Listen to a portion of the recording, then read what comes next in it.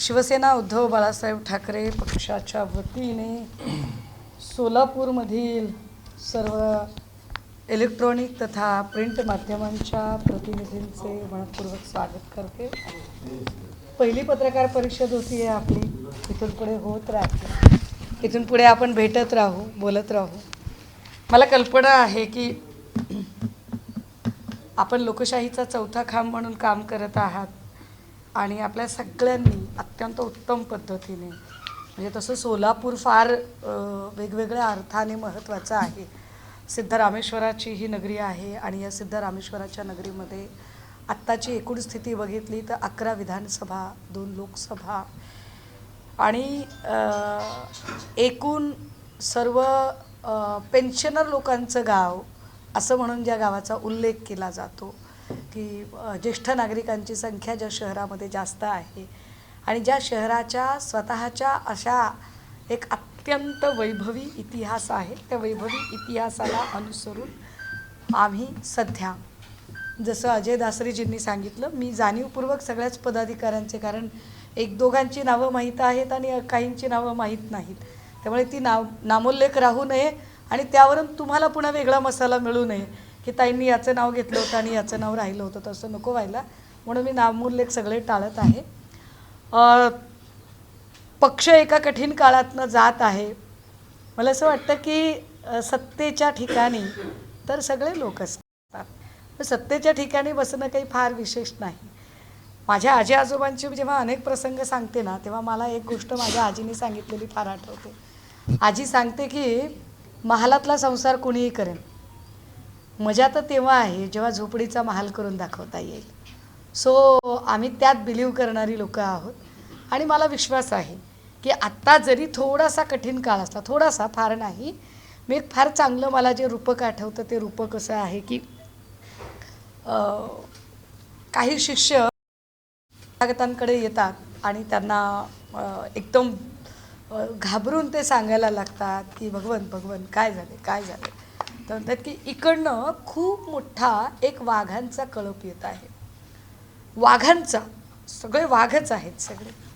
इतक्यात अजून एक इकडनं शिष्य येतोय आणि तोही सांगतोय की भगवन इकडनं खूप मोठा बकऱ्यांचा कळप येत आहे, आता काय करावं, वाघांच्या कळपाच्या पुढे जावं की बकऱ्यांच्या कळपाच्या पुढे जावं? आणि ते शांतपणे उत्तरत आहेत, मला सांग, जो वाघांचा कळप आहे त्याला लीड कोण करते, त्याच्या समोर कोण आहे? म्हटले वाघांचा कळप आहे पण त्याला लीड एक मेंढी करत आहे। बरं, आणि इकडे तो कळप बकऱ्यांचा आहे पण त्याला जे लीड आहे ना ते एक वाघ करत आहे। मग एक काम करा, वाघांचा कळप सोडून द्या, जो बकऱ्यांचा कळप येतोय ना त्याला कसं सामोरं जायचं त्याची युद्धनीती आखा। तात्पर्य काय आहे, लीड कोण करतं हे फार महत्त्वाचं असतं की जो जसा लीड करतो तसा त्याचा समूह त्या पद्धतीचा ॲटिट्यूड ठेवून तो लढत असतो, त्वेषाने लढत असतो। मला बाकीचं काहीच बोलायचं नाही। माझ्यासाठी हे पुरेसं आहे की इथे शिवसैनिक आहेत, माझ्यासाठी हे पुरेसं आहे की इथे कुर्डवाडीमध्ये एका नगर परिषदेमध्ये आमची सत्ता आहे, अर्थात 26 प्रभागाचा असणारं सोलापूर, साधारणतः 102 पर्यंतची नगरसेवकांची संख्या, ज्याच्यामध्ये 87 नगरसेवक हे एक हाती भाजपाचे येतात। ते भाजपाचे कसे येतात हे मी वेगळं सांगायची गरज नाही, कारण लोक भाजपाकडे फार जातात म्हणजे भाजप फारच लोकाभिमुख राजकारण करणारा पक्ष आहे किंवा फार लोकांचे प्रश्न भाजपाला कळतात आणि भाजपकडे गेलो की अगदीच सत्शील वगैरे वृत्तीनं लोक बघतात, असं काहीही नाही। भाजपाकडे गेल्या लोक जातात त्याचं कारण असं आहे की भाजपा उत्तम पद्धतीने निवडणूक यंत्रणा मॅनेज करू शकतं याचा विश्वास लोकांना आहे की साम दाम दंड भेद कपट षडयंत्र EVM मतदार दुबार मतदार काय उमेदवारांची पळवापळवी खरेदी विक्री सगळ्या पद्धतीने भाजपा मॅनेज करू शकते, हे फार विशेष आहे। तर त्यामुळे लोक भाजपाकडे जातात। अन्यथा जर खरंच प्रत्येकजण जर सच्चा दिलाचा असेल तर अगदी चुनूक म्हणू ना, अगदी सहज साधं उदाहरण म्हणून, काल काहीतरी भुजबळ साहेबांना क्लीन चिट मिळाली आता भुजबळ साहेबांना जर क्लीन चिट मिळाली तर याचा अर्थ भुजबळ साहेब सच्चे आहेत, भुजबळ साहेब सत्यवादी आहेत. माझी तशीच धारणा आहे की ते सच्चे आहेत, ते सत्यवादी आहेत आणि त्यांना क्लीन चिट मिळाली.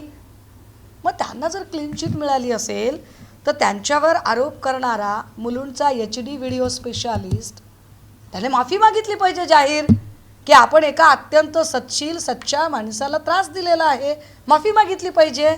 इवन वाईस वर्सा भुजबळ साहेबांनी आबरू नुकसानीचा दावा टाकला पाहिजे HD व्हिडिओ स्पेशालिस्टवर. म्हणजे ज्या पद्धतीने बघा की आमचे नेते सन्मान्य संजय राऊत साहेबांवरती आरोप झाले, राऊत साहेब तुरुंगवासाला सामोरे गेले, राऊत साहेब बाहेर आल्यावर राऊत साहेबांनी त्यांच्यावर केस टाकली आबरू नुकसानीची, की तुम्ही अशा पद्धतीने मला हॅरॅश केलेलं आहे. कर नाही त्याला डर कसली. पण तुम्ही जर नीट बारकाईने बघितलं तर भावना गवळी असतील, यशवंत जाधव असतील, हसन मुश्रीफ असतील, अजितदादा असतील, भुजबळ साहेब असतील, कुणीही यांच्याकडे गेलेला कुठलाही अशोकराव चव्हाण असतील, इथले पण खूप जण गेले असतील, फार धुतल्या तांदळाचे सगळे खूप जण गेले असतील. ह्याच्यातल्या कुठल्या माणसाने त्याला क्लीन चिट मिळाल्यानंतर म्हणजे मी निर्दोष आहे हे सिद्ध झालं त्यानंतर असा कोण माईचा लाल आहे, एक राऊत साहेब वगळले तर, की ज्याने भाजपवर आमच्यावर तुम्ही खोटे नाटे आरोप केले म्हणून भाजपवर ज्याने अब्रू नुकसानीचा दावा टाकला असेल बरं. Not a single example, not only in Maharashtra, in all over India एक असं एक्झाम्पल नाही की जो त्याला नडेल आणि त्याच्यावर केस टाकेल. अर्थात तिकडे अरविंद केजरीवालजी आहेत, ममता बॅनर्जी आहेत, ही काही फ्रंटवर लढणारी लोक आहेतच, सन्मान्य अपवाद आहेत. पण जे भाजपला सरेंडर झाले चौकशांना घाबरून, त्यातला एकाही जणाने नंतर चौकशीतनं सुखरूप बाहेर पडल्यानंतर भाजपवर अजिबातच कुठल्याही प्रकारे अब्रू नुकसानीचा दावा टाकला नाही किंवा भाजपच्या नेत्याने अपेक्षासुद्धा केली नाही की साला तुम्ही माझ्यावर एवढे आरोप केले, तुम्ही मला डॅमेज करायचा प्रयत्न केला, तुम्ही माझं प्रतिमाहनन केलं, तर आता तुम्ही माझी माफी मागितली पाहिजे असं म्हणायला पाहिजे की नाही. त्यांनी एकही जण म्हणत नाही. हे नेमकं काय आहे? इतकी काय माणसं दुधखोळी असतात का? इतके काय आपण धोत्रावर इन करणारे असतो का की आपल्याला काहीच कळत नाही? तर आपल्याला ते सगळं कळतं. म्हणजे भाजप हा काही फार धुतल्या तांदळाचा सच्शील आणि लोकांना फार आवडतो असा काही पक्ष नाही. फक्त प्रॉब्लेम असा आहे की त्यांच्याकडे पैसा जरा जास्त झाला आहे, मनी मसल पॉवर त्यांच्याकडे चिकार आहे. पण या मनी मसलला उत्तर द्यायला आमच्याकडे मेंटल पॉवर नक्की आहे आणि आम्ही ते ताकदीने लढू शकतो. बाकी इथल्या मंत्र्यांचं काय, इथला आता खूप सारी मला त्याच्यावरती अगदीच पहिल्या दिवशी काही फार बोलायचं नाही आहे. परंतु ह्या सगळ्यांचे पण पेन ड्राईव्ह, कॉप्या, सीड्या, झेरॉक्स बऱ्याच गोष्टी असतात. मी आत्ता फक्त पहिल्यांदा पाऊल ठेवलं आहे शहरामध्ये, बऱ्याच गोष्टी निघतील. त्यामुळे मला वाटतं इथून पुढं ते काळजी घेतील, त्या सगळ्या गोष्टींची फार काळजी घेतील. मी सगळ्या पत्रकार महोदयांना, मी फार नम्र माणूस आहे, मी लहान आहे, मी सामान्य आहे, मी काय लय झांकी पँकीवाला माणूस नाही, मी चळवळीतली आहे, मी सडापटिंग चळवळीतला कार्यकर्ता आहे. पण एक नक्की म्हणजे हे सगळ्याच्यासाठी मी फार ताकदीने एक मांडलं पाहिजे. मी कायम असं म्हणते की मी महिला असण्याचं व्हिक्टीम कार्ड कधीही खेळत नाही, नेवर. माझं असं म्हणणं आहे की मी ज्या क्षेत्रात आली आहे तिथे तुम्ही मला इतरांच्यासारखी कार्यकर्ता म्हणून कन्सिडर करा. मी महिला आहे, मग मला असलं कुठलंही व्हिक्टीम कार्ड खेळायचं नाही. आणि माझ्यासोबत काम करणाऱ्या सगळ्या सहकाऱ्यांनीसुद्धा, म्हणजे हे आपल्या माध्यमातून त्यांच्यापर्यंत पोचलं पाहिजे की माझ्यासोबत काम करणाऱ्या प्रत्येक सहकार्यालासुद्धा मी सांगू इच्छिते की कृपया बाई समजून अजिबात हलक्यात घ्यायचं नाही, बिलकुलच हलक्यात घेऊ नका. ज्या क्षणी तुम्ही बाई समजून हलक्यात घ्याल थोडीशी अडचण होईल. कारण मी काम करता, मी एरवी तुमच्याशी वावरताना तुमची बहीण, लेक म्हणून खूप सामान्य आणि खूप सहज, सुलभ आणि सहजासहजी तुमच्या सगळ्यांमध्ये मिळून मिसळून वागणाऱ्यांपैकी आहे. पण संघटना म्हणून काम करताना मी तितकीच श्रूड म्हणून काम करणारी आहे. कदाचित म्हणूनच अवघ्या 3 वर्षात जो 60 वर्षामध्ये शिवसेनेत कधीही एखाद्या महिलेला संपर्क प्रमुख पदाची जबाबदारी मिळत नाही, ती जबाबदारी सन्माननीय पक्षप्रमुखांनी टाकली आणि पक्षप्रमुखांनी ती जबाबदारी टाकताना सांगितलं आहे की आता तुमचा कस लागणार आहे आणि तुम्हाला you have to prove yourself. मला आता काम सांगा, दाखवा तुम्ही. मी इथे काम करत असताना मी अगदी कालही सन्मान्य पक्षप्रमुखांना म्हटलं होतं की सर काय करूया आपण, सोलापूरमध्ये जायचं आहे आणि माझा मानस आहे की मला आत्ता जायचं आहे, 1-2 दिवसात जायचं आहे. ते म्हणाले की काय अडचण काय आहे, तर 27 तारखेला फॉर्म काढून घेतले जात आहेत. अजून मला माहीत नाही की आम्ही किती ठिकाणी लढत आहोत, आम्ही किती जिल्हा परिषद लढतो आहे, किती पंचायत समित्या लढतो आहे याची मला कल्पना नाही आहे. माझ्या हातात अशा काही पद्धतीने आता जिल्हा दिला जाणार आहे की ज्याच्यामध्ये ऑलरेडी फॉर्म भरून झालेले आहेत. म्हणजे फॉर्म कुणाला द्यायचा आहे, कुणाला नाही द्यायचा आहे, कुठे लढायचं आहे, कुठे नाही लढायचं आहे, हे सगळं माझ्या हातातनं गेलेलं आहे. ती वेळ गेलेली आहे.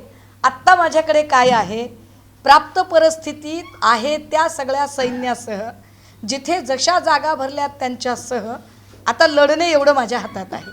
आणि कसं लढायचं त्याची फक्त स्ट्रॅटजी ठरवणं एवढं माझ्या हातात आहे. ते कसं लढायचं ते त्याच्यासाठी मी निश्चितपणे प्रयत्न करेल. मी आज फक्त आणि फक्त सगळ्यांची तोंडओळख करून घेण्यासाठी आली आहे. आज फक्त म्हटलं की चला, गड्ड्याची जत्रा चालू आहे, सिद्धरामेश्वराच्या नगरीत अनेक लोक खूप लांबून येतात, तर जाऊया, आपणही परमेश्वराला नमस्कार करूया, सगळ्या चळवळीतल्या लोकांना भेटूया, सगळे जुने सगळे साथी सवंगडी इथे आहेत त्याही सगळ्यांना भेटूया, बोलूया. भटक्या मुक्तांच्या चळवळीच्या निमित्ताने मी इथल्या अनेक लोकांशी परिचित आहे, त्यांना कनेक्टेड आहे. गणराज्य संघाचं काम करतानाचे अनेक लोक माझ्यासोबतचे ओळखीचे आहेत. तिकडे भवानी पेठ असेल, तिकडे तुमचा मंगळवार पेठ, बुधवार पेठेचा एरिया असेल, या सगळ्या एरियातले लोक बऱ्यापैकी, तुळजापूर वेस्टच्या तिकडची लोकं असतील, या सगळ्यांच्यासोबत, किंवा चळवळीतले अनेक लोक आहेत, या सगळ्या लोकांच्यासोबत, काही प्रशासकीय अधिकारी आहेत ज्यांच्यासोबत मी अधिकारी म्हणून एकत्र काम केलेलं आहे. तर असे माझे काही अधिकारी सहकारी जे आता वेगवेगळ्या जागांवर काम करत आहेत, तर त्या सगळ्या लोकांना भेटूया, बोलूया. एवढ्याच एका अनुषंगाने जिल्हा परिषद निवडणुकीच्यासाठी फक्त आज मी मोहोळला, पाटकुळला, फक्त तिकडे मी एक प्रचाराचा नारळ फोडणार आहे आणि एखादी सभा फार फार तर होईल.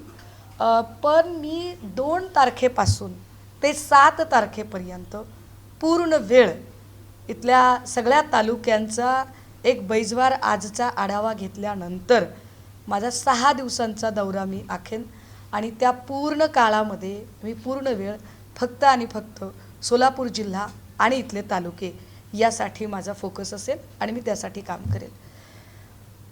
मला याची कल्पना आहे की आपण सगळे माझ्यासमोर बसलेले जे पत्रकार आहात, खरं तर मी पहिल्या दिवशी बोलते त्यामुळे जरा तुम्ही मला तेवढी ढील द्याल की एरवी मी माझी 10 ते 15 मिनटात 66 पत्रकार परिषद संपवते, पण हा संवाद आहे म्हणून बोलते.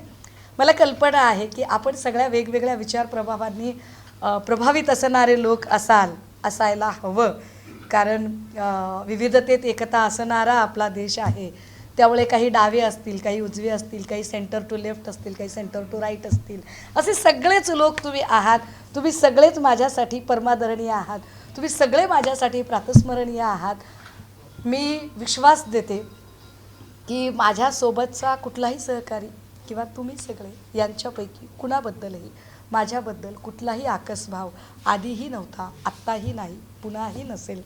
कारण माझ्या स्वतःच्या मित्रवर्तुळामध्ये अनेक असे लोक आहेत की ज्यांची कदाचित आपण जेव्हा कधी खाजगीत भेटू आणि ती नावं ऐकल्यावर अनेक पत्रकारांना वाटेल, ताई हे पण तुमचे मित्र? तर हो, ते आहेत माझे मित्र, जरी ते वेगळ्या विचाराचे असले तरी.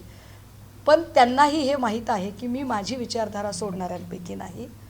मी आपल्या माध्यमातून अजून एक गोष्ट फार स्पष्टपणे, कारण आपण पोचवणार आहात अनेक, इथे फक्त पदाधिकारी आहेत आणि आपण पोचवणार आहात अनेक लोकांपर्यंत, म्हणून की मला माहीत नाही आत्तापर्यंत काय झालं काय नाही इथे. पण कृपया ही संघटना आहे, संघटना आई असते. संघटना ज्या केडरमधनं मी आली आहे ते माझं केडर मला असं सांगतं की 2 व्यक्ती एकत्रित आल्या की एक विचार तयार होतो, त्यांना अजून काही लोक भेटली की एक संघटन बनतं. कधी कधी एखाद्या व्यक्तीशी मतभेद होतो. अशा वेळेला व्यक्ती स्वीकारावी, व्यक्ती सोडावी की संघटना सोडावी असा जर कधी प्रश्न निर्माण झाला तर व्यक्तीला सोडून द्यावं आणि संघटनेला धरून राहावं. कधी कधी असं होतं की संघटना की विचार, तर त्यामध्ये विचार हा जास्त महत्त्वाचा असतो. माझ्या संघटनेसाठी माझा विचार काय आहे, तर माझा विचार हा आहे की माझा विचार ठाकरे आहे. माझा विचार जो महाराष्ट्राला, जो इथल्या मराठी माणसाला आणि जो संपूर्ण इथल्या खऱ्या अर्थाने, कारण शिवसेनेने जातीपातीचं राजकारण कधीही केलं नाही. शिवसेनेमध्ये खैरेसाहेब असतील किंवा भुजबळ साहेब असतील, नारायण राणे असतील किंवा आढळराव पाटील असतील, आडसूळ असतील, कितीतरी जाती धर्माची लोकं आणि ते नेतृत्व शिवसेनेने घडवलेलं आहे. आम्ही हे छाती ठोकपणे सांगू शकतो की हे कोणत्याही पक्षात असले तरी हा ब्रँड शिवसेनेने घडवलेला ब्रँड आहे. त्यामुळे शिवसेना कधीही जातीपातीच्या राजकारणात जात नाही.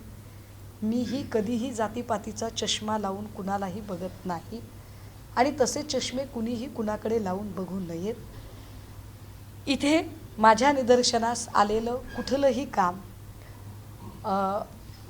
इथले सगळे प्रशासकीय अधिकारी फार चांगले आहेत अशी माझी धारणा आहे.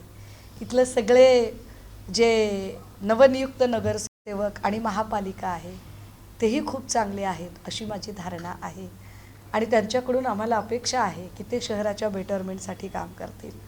आम्ही सभागृहात नाही, पण आम्ही सभागृहात नाही म्हणजे सभागृहावर आमचा वचक नाही. कृपया या भ्रमात एकाही सत्ताधाऱ्याने असू नये. मी सभागृहात जरी नसले, माझी संघटना जरी सभागृहात नसली तरी सभागृहाच्या बाहेरून सभागृहावर वचक ठेवणं याचं कौशल्य मी फार चांगल्या पद्धतीने जाणून आहे आणि गेल्या 3 वर्षात मी सभागृहात नसताना असं एकही अधिवेशन नसेल राज्याचं की ज्या अधिवेशनामध्ये माझ्या नावाने काही वादळं झाली नसतील. त्यामुळे ते काम करण्याचं लीलया कौशल्य आहे. मला कुणीही भेटू शकतो सोलापूरमधला, मला कुणीही बोलू शकतो. त्याच्यासाठी कुठल्याही हर्डल्स पार करायची गरज नाही की ताई बघा असं झालं तसं झालं. आणि माझ्या सगळ्या कार्यकर्त्यांनाही सांगायचं आहे, दादा हो तुमचे कुणाचे काही नाराजी पण असतील, याच्यावर नाराजी त्याच्यावर नाराजी, पण ती नाराजी तुमची असेल तर एवढं डोक्यातले काढून टाका की कधीही बाजूला कोणी प्रसाद विक्रेता असतो, फुलवाला असतो, पुजारी असतो, अजून कोणीही असू शकेल, आजूबाजूच्या कुठल्याही लोकांना घाबरून आपण पंढरपूर सोडायचं नसतं. आपण पंढरपुरात आलोय, आपण पंढरपुरासाठी आहोत आणि त्या पद्धतीने निश्चितपणे आपण काम करू शकू. Session is open. तुम्हाला काही विचारायचं असेल तर विचारू शकता. बार्शीमध्ये नवीन पॅटर्न दिसून येतोय. शिंदे सेना, युबीटी, शिवसेना. तुम्ही तो प्रश्न विचारावा म्हणूनच मी माझ्या चर्चेत घेतला नाही. कालपासून त्याच्यावर फार चर्चा चालू होती आणि मला सोलापूर माहीत नव्हतं. सो मला असं वाटलं की मी माझ्या पक्षप्रमुखांना विचारलं पाहिजे, माझ्या संघटनेला विचारलं पाहिजे की असं काही घडतंय तर त्यावर आपलं स्टँड काय आहे, आपली भूमिका काय आहे. आणि यावर माझ्या पक्षाची भूमिका मी स्पष्ट केली पाहिजे की बार्शीचा निर्णय हा बार्शीच्या आमदारांनी त्यांच्या स्वविवेकाला अनुसरून घेतलेला निर्णय आहे. हा निर्णय संघटनेचा निर्णय नाही. हे फार स्पष्टपणे, अत्यंत जबाबदारीने आणि गांभीर्याने नोंदवलं पाहिजे की बार्शीचा निर्णय हा बार्शीच्या आमदारांनी त्यांच्या स्वविवेकाला अनुसरून त्यांना जी काही स्थानिकची गणितं वाटली त्या गणितांना अनुसरून घेतलेला आहे. यावर काय पुढे, कारण तुमचा पुढचा प्रश्न काय येणार तेही मला माहिती आहे, तर यावर पुढची काय स्टेप असेल काय नाही, तर मला वाटतं त्या संदर्भाने मी पक्षप्रमुखांशी काल बोलले आणि पक्षप्रमुखांनी मला सांगितलं की मी त्यांना स्वतंत्रपणे बोलणार आहे आणि ते त्यांच्याशी बोलतील. कदाचित उशिरा रात्री जर त्यांचं बोलणं झालं असेल तर मला कल्पना नाही अजून, ठीक आहे. परंतु जेवढी माझी माहिती आहे आणि जेवढी मला ज्ञात असणाऱ्या ज्या गोष्टी आहेत त्यानुसार आम्ही एकटे लढतोय. आम्ही आमच्यासोबत जो भाजपला ताकदीने विरोध करण्यासाठी लढत आहे, होय आम्ही त्या सगळ्यांच्या सोबत आहोत. माझ्यासाठी हे महत्त्वाचं आहे की हिंदू हृदय सम्राट बाळासाहेब ठाकरेंचं हे जन्मशताब्दी वर्ष आहे आणि या जन्मशताब्दी वर्षाच्या अगदी सुरुवातीला सन्माननीय पक्षप्रमुखांनी षण्मुखानंद हॉल येथून जे स्पष्टपणे सांगितले की जीव गेला तरी 72, पण मी अशा दोघांचा गुलाम होणार नाही. ते वाक्य आमच्यासाठी फार महत्त्वाचं आहे आणि त्या वाक्याला प्रमाण मानून आम्ही महाराष्ट्रात आणि इथं या जिल्ह्यातसुद्धा काम करणार आहोत. जसं मी म्हटलं की नगर परिषदेला काय झालं, महापालिकेला काय झालं, तेव्हा मी नव्हतेच. आणि आत्ता जिल्हा परिषद पंचायत समितींच्या निवडणुकांमध्ये अर्ज भरणं, युत्या आघाड्या याही सगळ्या बोलाचालींच्यासाठी मी नव्हते. पण इथून पुढे कसं लढायचं ते 7 दिवस माझ्या हातात आहेत. मी माझ्या परीनं प्रयत्न करेल, तुमच्या सगळ्यांची साथ मागेल की या 7 दिवसात मला काही करता येतं का. परंतु बार्शीची युती ही आमची युती नाही. ताई सांगितलं की 2 तारखेला तुम्ही जिल्ह्याचा दौरा करणार आहे झेडपी अनुषंगाने. मग बार्शी तालुक्यात जाणार आणि तिथे शिवसेना युबीटी जी युती झाली त्यांचा प्रचार करणार. मी आत्ता जर म्हटलंय की मला कुठे कुठे माझे उमेदवार आहेत ते मला चेक करायचे आहेत. मी आपली ही पत्रकारांचा संवाद झाला की माध्यमांशी बोलून झालं की मी माझ्या संघटनेशी एकदा बोलणार आहे. संघटनेला बोलताना मी त्या सगळ्या बैजवार याद्या सगळ्यांकडून मागवलेल्या आहेत. या याद्या मी समजून घेईन. माझ्या माहितीप्रमाणे आम्ही सांगोल्यात चांगल्या सायझेबल जागा लढत आहोत. आम्ही कुर्डुवाडीत पण चांगल्या जागा त्या सगळ्या म्हणजे करमाळा, माढा, सांगोला या भागात आम्ही चांगल्या जागा लढत आहोत. तर त्या सगळ्या जागांचा मी जरा आढावा घेते आणि प्रायोरिटीने जरा माझं तिकडे पण लक्ष असणार आहे. राहिला प्रश्न बार्शीचा, तर मला असं वाटतं की बार्शीला आमदार आहेत आणि आमदार लढतील. गरज वाटली आणि पक्षप्रमुखांचे माझं जसं म्हटलं की माझं बोलणं अजून झालेलं नाही, तर तेव्हा ठरवू आम्ही. तुमच्या निवेदनामध्ये असं म्हटलात की पेनड्राईव्ह, कॉपी, सीड्या माझ्याकडे आहेत. मुख्यत्वे सोलापूरमधील कुठल्या नेते किंवा मंत्री असतील त्यांच्या तुमच्याकडे तशा? दादा, शाळेचा पहिला दिवस आहे. शाळेच्या पहिल्या दिवसात फक्त पुस्तकाला कवरं टाकायची असतात. आता कवरांना टायटल द्यायची आहेत. त्याच्यानंतर होमवर्क, असाइनमेंट चिक्कार आहे आपल्याकडे. कशाला काळजी करताय? लय आहे आपल्याकडे. भाजपवाल्यांचं काही सांगता येत नाही, ते कुणाशीही युती करतील. रायगडमध्ये मात्र आम्ही स्वतंत्र लढतोय. आता शिंदे गटाला सुद्धा भाजपवर विश्वास नाही, अशी परिस्थिती निर्माण झाली आहे का? एक लक्षात घ्या. भाजपा वापरते आणि फेकून देते हे तर सगळ्यांना ज्ञात आहे. मागच्या 2-2.5 वर्षात भाजपाने ज्या पद्धतीने एका पाठोपाठ एक शिंदे किंवा दादा या दोघांचीही वेगवेगळी प्रकरणं बाहेर काढायला सुरुवात केली.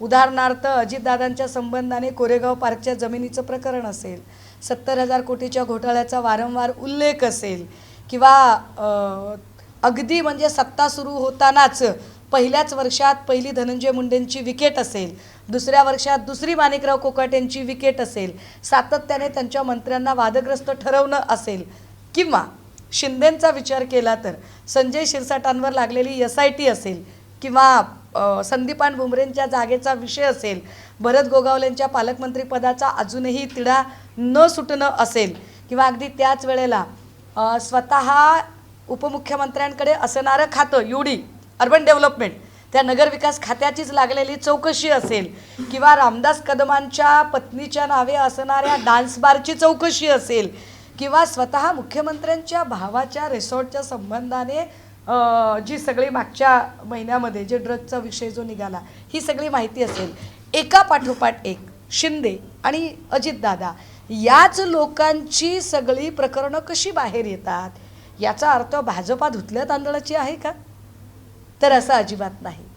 मुळात अमित शहांनी जे सांगितलं की हम 100% भाजपा की ओर बढ़ रहे हैं और 2029 में हम किसी की भी बैसाखियों की हमें ज़रूरत नहीं पड़ेगी, इस तरह से आस्ते कदम हम चल रहे हैं.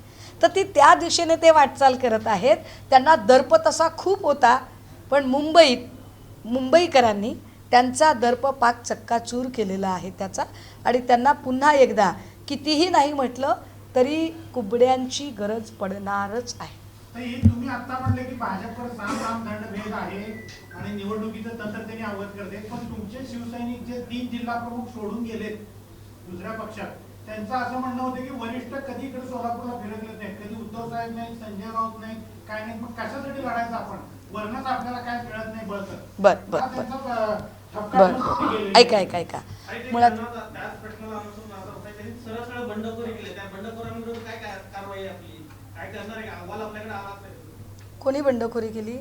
ज्यांच्या जिल्हा प्रमुखांनी तुम्हाला शिवसेनेच्या जिल्हा प्रमुखांनी बंडखोरी करत भाजपाकडून उमेदवारी मिळवली आणि विजयी सुद्धा झाले, अशा काही बंडखोरांचा आपल्याकडे अहवाल आलाय का? ऐका, आणि ऐका. महापालिकेच्या संदर्भात? Okay okay okay. जे लोक भाजपकडे गेले आता त्याच्यावर कारवाई करायचा काय प्रश्न आहे? आता दिल्या घरी सुखी राहा म्हणायचा हा एक भाग. दुसरं असं की तो गेलाय आणि तो तिथून उंटावरून शेळ्या हाकणार आणि त्याच्या बोलण्यावर आम्ही रिॲक्ट व्हायचं, म्हणजे तो लईच मोठा तिस्मार खान होईल. ठीक आहे. आता मी त्याला जोडून अजून एक सांगितलं पाहिजे की सोलापूरमध्ये कोण कोण आलं. सोलापूरमध्ये सन्माननीय नेते संजय राऊत साहेब आले नाही असं नाही. सोलापूरमध्ये मी स्वतः महाप्रबोधनच्या 2 सभा घेतल्या. ज्या बदमाशाचं नाव तुम्ही घेतलंत ना त्यानेच स्टेज टाकला होता आणि त्याच्या गावात टाकला होता आणि मोहोळमध्ये जाऊन मी सभा घेतली होती. म्हणजे त्याला हे सांगा बरं का की प्रश्न विचारला होता पण असं उत्तर दिलं आहे म्हणून. त्याच्यानंतर या हुतात्मा स्मृती मंदिरात मी स्वतः महाप्रबोधनची सभा घेतली. मीच होते सांगोल्यामध्ये शहाजी बापू पाटलांच्या एरियामध्ये जाऊन सभा घेऊन इलाका तुम्हारा धमाका हमारा म्हणणारे मी केलं ते. त्यामुळे आमचं इकडे लक्ष नाही असं नाही. आणि जिल्हा प्रमुख याच्यासाठीच नेमलेले असतात की जेव्हा एका व्यक्तीला एकाच वेळेला उद्धव साहेब म्हणजे बागेश्वर बाबा नाहीत एकाच वेळेला 4 ठिकाणी दिसायला, तर त्यांचा प्रतिनिधी त्यांनी नेमलेला असतो वेगवेगळ्या जिल्ह्यांमध्ये. त्या प्रतिनिधीची जबाबदारी असते की त्याने जिल्ह्याकडे पूर्ण लक्ष दिलं पाहिजे. तो प्रतिनिधी जर ती जबाबदारी पूर्ण करत नसेल तर अगदी इथून पुढे सुद्धा फ्रॉम धिस डे तो प्रतिनिधी जर ती जबाबदारी पूर्ण करत नसेल तर त्याच्या संबंधाने काय निर्णय घ्यायचे त्याची सुरुवात मी आजपासून करेन. ओके. आणि सोलापूरकडे कुणाचंही दुर्लक्ष झालं नाही. इथे पंढरपूरला आम्ही असंख्य वेळा आलो आहे, इथे सांगोल्यात आलो आहे, आम्ही सोलापुरात आलो आहे, आम्ही मोहोळमध्ये आलो आहे, माडा करमाळ्यात आहो. माझं तर पक्ष सोडा, धैर्यशील मोहिते पाटील यांच्यासाठी सभा द्यायला मी आली. मला वाटते की ही सगळी जर माहिती आपण घेतली तर आपला हा आरोप अगदीच खोटा ठरेल. हां, एक नक्की आहे की भाजपाकडे जो पैसा आहे की नाही, वेगवेगळ्या ठिकाणाहून जमा केलेला जो पैसा आहे आणि जो ईडीला अजिबात दिसत नाही. ह्या ईडीच्या चष्म्याचा नंबरच वेगळा आहे की त्यांना त्यांच्या जवळ असणारी भाजपा त्यांना जवळचं दिसत नाही ईडीला. तर त्यांना दिसत नाही आहे भाजपकडचा पैसा, त्यांना बाकीच्यांकडचा पैसा दिसतोय. तर तो पैसा जरा जास्त जोर करतो. का तुम्हाला शिवसेनेचं काम दिसत नाही? तर त्याचं साधं गणित आहे. ज्या तुलनेमध्ये भाजपा त्यांचा आर्थिक जोर दाखवत जाहिराती आणि या सगळ्या गोष्टी करते त्यामुळे कदाचित तो गवगवा तो प्रपोगंडा जास्त असतो. आम्ही त्या जाहिरातीच्या तुलनेत जरा कमी पडतोय का? तर होय, आम्ही कमी पडतोय, निश्चितपणे कमी पडतोय. पण याचा अर्थ आमच्या निष्ठा कमी पडतात का? अजिबात नाही. अतुलराजे भवरसारखा एक माणूस आहे, किती वेळा केस पडल्या, किती वेळा पोलीस स्टेशन झालं. मग जर लक्ष नसेल तर असं किती वेळा झालं बरं की तुमच्या समोर आहे की भवरचा फोन उचलला नाही, मी उचलला नाही किंवा राऊत साहेबांनी उचलला नाही, असं किती वेळा झालं बरं. तर प्रत्येक वेळेला तो फोन घेतला गेला. फक्त त्यांचाच नाही, इथल्या अगदी छोट्यातल्या छोट्या कार्यकर्त्यांचे फोन घेतले गेले. मी सोलापूरमध्ये नसेल पण सोलापूरमधली अशी कितीतरी माणसं आहेत, मग ती अगदी म्हणजे इकडे रेखा आडकी असेल किंवा अगदी शरद कोळी असेल, कोणीही, याच्यातला एकही माणूस असा नाही की ज्यांच्याशी मी कनेक्टेड नाही किंवा ज्यांना मी बोलले नाही. अगदी अक्कलकोटमधले काही प्रॉब्लेम असतील तरीसुद्धा मी असंख्य वेळा त्याच्यावर बोललेली आहे. तरीही तुमच्या अपेक्षा इथून पुढे पूर्ण केल्या जातील.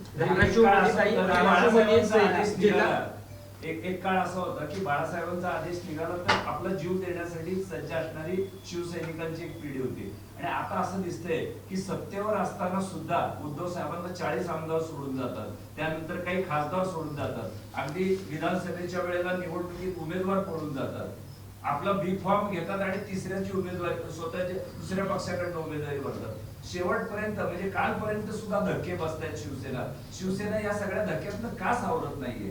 कारण काय? म्हणजे तोच निष्ठावंत सैनिक आहे, तो आता असा कसा काय झालेला आहे? एक लक्षात घ्या. असं नाही की बाळासाहेबांच्या काळामध्ये बंड झाली नाही किंवा बाळासाहेबांच्या काळात कधी कुणी गेलंच नाही. नारायण राणे किंवा भुजबळ यांच्यासारखी माणसं बाळासाहेबांच्या काळातच गेली होती की. त्यामुळे जाणाऱ्याला काय कधी सांगता येत नाही. तो तो तो कसा रिॲक्ट करेल, जाणारा काय पद्धतीने विचार करेल, तो काही मुद्दा असू शकत नाही. पण बातम्या ज्या केल्या जातात ना की अमुक एक गेला धक्का, तमुक एक गेला धक्का, तो खरंच तो धक्का असतो का? अहो मला सांगा, मुंबईतले तब्बल 56 नगरसेवक निघून गेले. 56 नगरसेवक, सगळे आमदार निघून गेले होते. राखेतनं हा पक्ष उभा राहिला, नवं चिन्ह घेऊन उभा राहिला. लोक म्हणाले की अहो नाही, अमुक एक चिन्ह फार लोकांच्या अगदी म्हणजे मनी मानसी ठसलेलं आहे. तरीसुद्धा एक नवं चिन्ह घेऊन आम्ही उभे राहिलो आणि नवं चिन्ह घेऊन आम्ही लोकसभेला 9 खासदार, विधानसभेला 20 आमदार आणि देशातली नव्हे आशिया खंडातली सगळ्यात मोठी महापालिका, त्या महापालिकेत तब्बल 65 नगरसेवक निवडून आणू शकलो. वाईस वर्षा ज्यांच्याकडे चिक्कार पैसे आहेत त्यांना फक्त 4 संख्या जास्तीच्या मिळाल्या. त्यावरनं एक गोष्ट आपण सगळेजण आपल्या लक्षात आली असेल की भाजप हे लोक जे आहेत ही नेते चोरणारी माणसं. शिवसेना नेते घडवणारा ब्रँड आहे. एक जाणकार शेतकरी जो असतो त्या शेतकऱ्याचा एक धर्म असतो, पाऊस पडो न पडो त्याने पेरलं पाहिजे, त्याने पेरलं पाहिजे. तसा शिवसेनेचा एक धर्म आहे.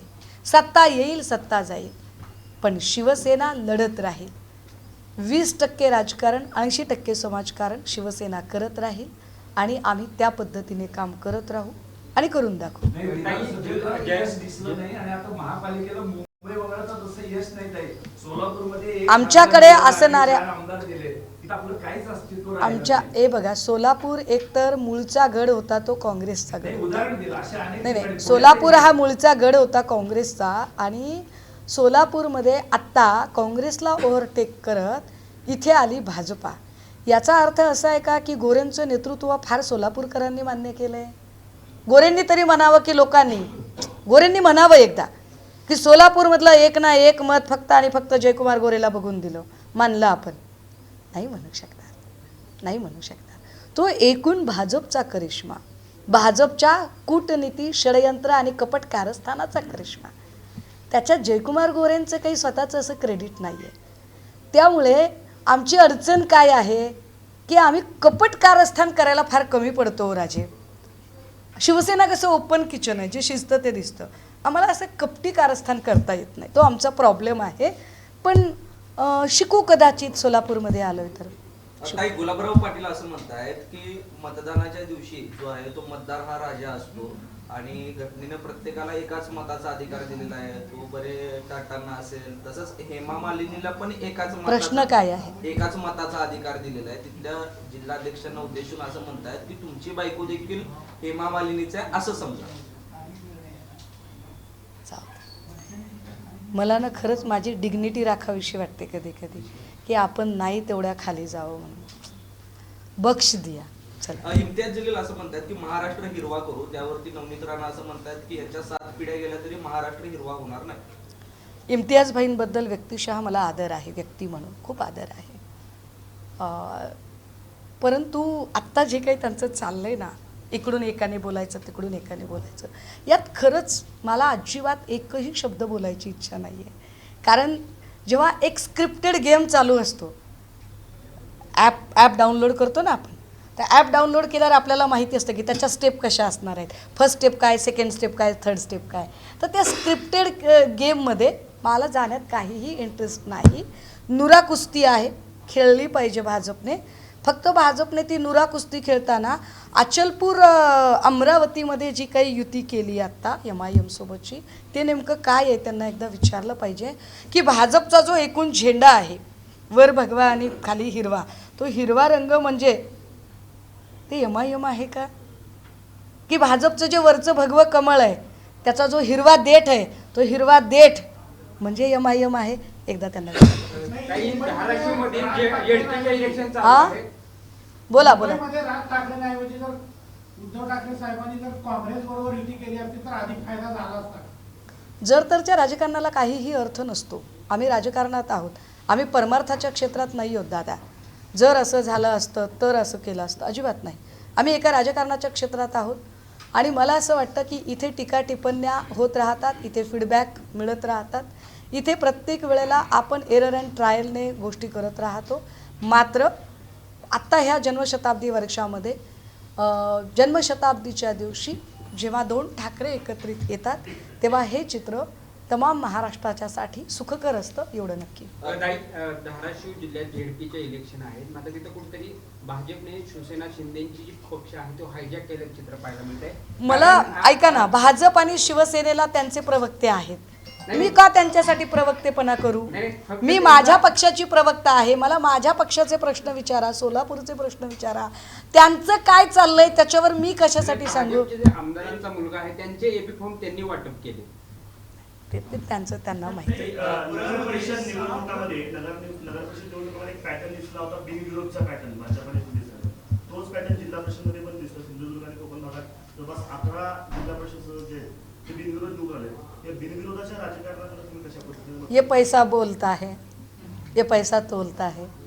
खरं तर निवडणुकीच्या राजकारणामध्ये मतदारांना चॉईस असला पाहिजे.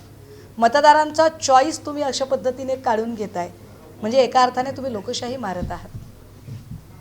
काही निवडणुकीच्या काळात सोलापुरात शिवसेनेचा वाताहत झाल्यासारखी स्थिती होती, निर्णायक स्थिती होती, बंडखोरीची स्थिती होती, एकमेकाची पदाधिकारी सुद्धा नीट बोलत नव्हते, संपर्कात नव्हते, आंदोलनं झाली त्या काळात अगदी निवडणूक सुरू असताना. तर या सगळ्या पार्श्वभूमीवर आपण सोलापूरची शिवसेना बांधणीसाठी काही संकल्प आणि काही बदल केले जातील काय, अशी काही चिन्ह आहेत का? मी आपल्याला अगदी सुरुवातीला म्हटलं की इथं माध्यमांशी संवाद साधल्यानंतर मी माझ्या संघटनेच्या पदाधिकाऱ्यांशी बोलून सगळा आढावा घेणार आहे. आज माझा पहिला दिवस आहे आणि सपोज माझ्या संघटना बांधणीची काही स्ट्रॅटजी जरी असेल तर मला सांगा, जर मी ती तुमच्याशी डिस्कस केली तर ती स्ट्रॅटजी कशी राहील बरं?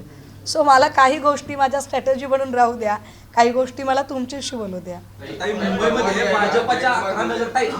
भाजपच्या जयकुमार गोरे यांनी एक वक्तव्य करताना काँग्रेसच्या महिला खासदार जे आहेत प्रणिती शिंदे यांच्यावर टीका केली होती. 2 कदम पीछे नहीं किया, असं 50 कदम नीचे गिरे, वो भी टांग ऊपर. काय आहे माहिती आहे का? नाही गोरे बोलले त्याच्यात काय विशेष आहे हो? काय आश्चर्य वाटायचं कारण आहे? पृथ्वीचा आकार केवढा, ज्याच्या त्याच्या डोक्या एवढा. जो ज्या संस्कृतीमध्ये वावरतो तो ती संस्कृती ते संस्कार दाखवतो. तो भाजपचा संस्कार आहे, त्यात फार काय मोठी गोष्ट आहे? उन्नाव कटवाच्या बलात्कार कांडामध्ये ज्या कुलदीप सेंगरवर आरोप होते त्या कुलदीप सेंगरची मिरवणूक काढणारी भाजपा, महिला खेळाडूचं यौन शोषण करण्याचा आरोप ज्या ब्रिजभूषणवर, त्या ब्रिजभूषणला उमेदवारी देणारी भाजपा, बदलापूरमध्ये ज्या तुषार आपटेवरती आरोप आहे त्या तुषार आपटेला स्वीकृत नगरसेवक करणारी भाजपा, फलटणमध्ये संपदा मुंडे प्रकरणामध्ये ज्या रोहित नागतिळेवरती आरोप आहे त्या रोहित नागतिळेला उमेदवारी देऊन निवडून आणणारी भाजपा. अजून किती उदाहरणं देऊ? माझ्याकडे चिक्कार आहेत बरं का. नाही. तर त्याच्यामुळे गोरे याच्यापेक्षा वेगळे वागले असते तर बातमी झाली असती. गोरे जर म्हणाले असते ना की प्रणितीताई आपण माझ्या भगिनी आहात आणि मी माझ्या बहिणीबद्दल काहीही बोलू इच्छित नाही, तर ती बातमी झाली असती की अरे बापरे, हाऊ इट इज पॉसिबल, गोरे चक्क इतकं संस्कारी भाषा बोलले, तर बातमी होईल. पण गोरे ज्या पद्धतीने बोलले, इसमें कोई, ये बडा लाजमी है, बडा लाजमी है ये. म्हणजे बघा, काल तिकडे काहीतरी मुंबऱ्यात झालं तेव्हा आव्हाड काय म्हटले की आप कुछ भी बोलो मैं आपके खिलाफ नहीं बोलूंगा. ती संस्कृती झाली. हा फरक आहे, संस्कारांचा फरक आहे. असो, आता मुंबईमध्ये भाजपच्या 11 उमेदवार जे आहेत ते पराभूत झालेले आहेत आणि त्यांनी असं आरोप केलेला आहे की शिवसेना शिंदे गटाने आम्हाला मदत कोणते, त्यामुळे आम्ही पराभूत. कोणाचे? अरे ते विचार भाजप त्यांची त्यांना मिटवू देत ना. मी कशाला पंच होऊ त्या दोघांमध्ये? तुम्हाला काय वाटतं?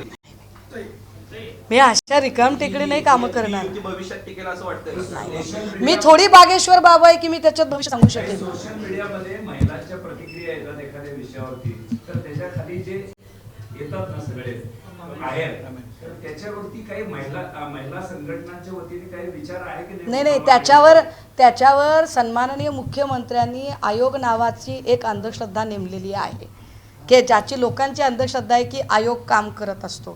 तर त्या आयोगाला लोकांनी बोललं पाहिजे, विचारलं पाहिजे की साला तुमचं हे पण जरा काम आहे बघा ना तुम्ही. विधानसभेत एकदा म्हणजे विधिमंडळात एकदा विचारायला पाहिजे. हो, मी- खालच्या शब्दात टीका आहे माझी. दादा मी जेव्हा कधी विधिमंडळात जाईल ना तेव्हा नक्की मी त्याच्यावरती काम करेन. परळमध्ये असं झालंय की परिवहन मंत्री प्रताप सरनाईकांनी एका रेस्ट होमला भेट दिली वाहन चालक विद्यार्थ्यांना. तिथे वाहन चालक जे आहेत ते मद्यधुंद अवस्थेत सापडले. तर त्याच्यावर त्या वाहन चालकांनी उत्तर दिले की वरिष्ठ मला त्रास देतात, शिक्षा देत नाही, त्याच्यामुळे मी पाहणी करायला मंत्री येणार आहेत म्हणून मी दारू पिऊन आलो. अशा पद्धतीची भूमिका आहे. काय एकंदरीत परिस्थिती आहे परिवहन विभागात? जाऊ द्या, जिथे त्यांचे आमदार कॅन्टीनमध्ये मारामारी करतात तिथं काय लोकांकडून अपेक्षा करतात. Okay, thank you so much. सगळ्यांचे आभार, सगळ्यांचे मनपूर्वक आभार.